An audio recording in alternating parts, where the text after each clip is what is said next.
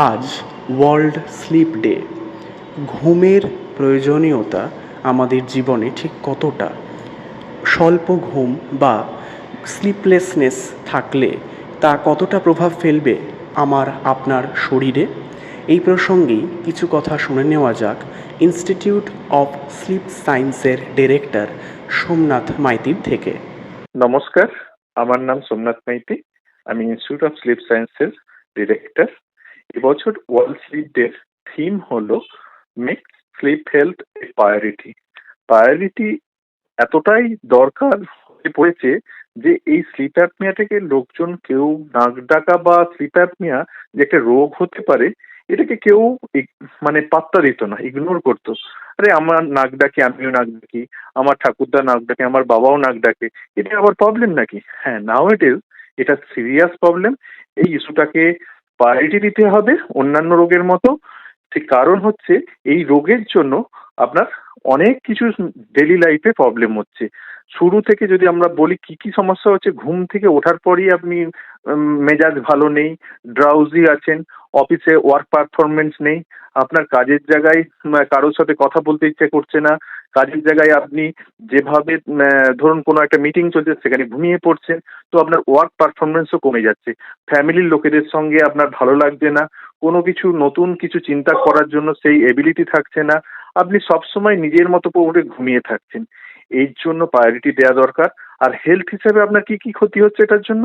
আপনার cardiac arrest হতে পারে, আপনার ব্রেন স্ট্রোক হতে পারে, আপনার ড্রাউজি ড্রাইভিং এর জন্য রোড রোড ট্রাফিক অ্যাক্সিডেন্ট হতে পারে, আপনার সেক্সুয়াল প্রবলেম হতে পারে, পার্টনারের সাথে আপনার সমস্যা দেখা দিতে পারে, ফ্যামিলি ডিস্টারবেন্স হতে পারে। এগুলো থেকে বাঁচার উপায় কি? হ্যাঁ, now it is both couple আর ওয়ার্কিং কাপল। কারণ ম্যাক্সিমাম জায়গায় গিয়ে দেখবেন আপনি এক ঘরে ঘুমাচ্ছেন, আপনার বেড পার্টনার আরেক ঘরে ঘুমাচ্ছেন। তার কারণ আপনার অসুবিধেটা অন্যজনের অসুবিধে কিন্তু এখন আর টলারেট করছে না। আগেকার দিনের বাবা মারা একসাথে ঘুমাতো, প্রবলেম হলেও সেটাকে মেনটেন করতো, সেটা এখন সেইভাবে পাত্তা দিচ্ছে না। তো সেই জিনিসটাকে প্রায়োরিটি দেওয়ার জন্য অন্য ঘরে যে চলে যাচ্ছে, আপনার ফ্যামিলি রিলেশন কিন্তু হ্যাম্পার করছে। এগুলো বাঁচার উপায় কি? বাঁচার উপায় আছে। আপনাকে ডেইলি রুটিনলি একই টাইমে ঘুমাতে যেতে হবে এবং ঘুম থেকে উঠতে হবে। ঘুমাতে যাওয়ার সময় অ্যালার্ম দিন, ঘুম থেকে ওঠার জন্য অ্যালার্ম দেবেন না।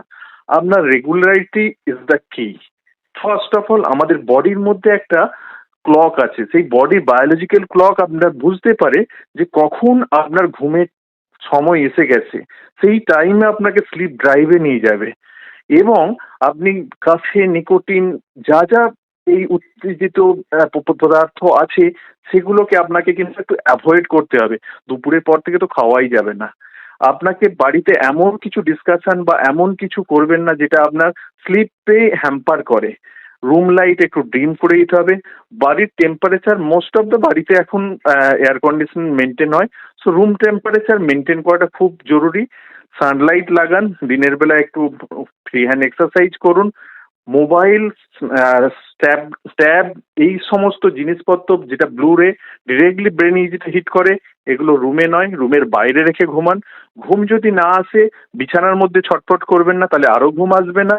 তার ঘুম থেকে যদি যদি এরকম সমস্যা হচ্ছে উঠে পড়ুন, উঠে পড়ে আপনি বই পড়ুন, গান শুনুন, আবার ঘুম আসলে ঘুমাতে যান। ভালো থাকুন, ভালোভাবে সুস্থ থাকুন, ঘুমান ভালো করে। Sleep is most important our life.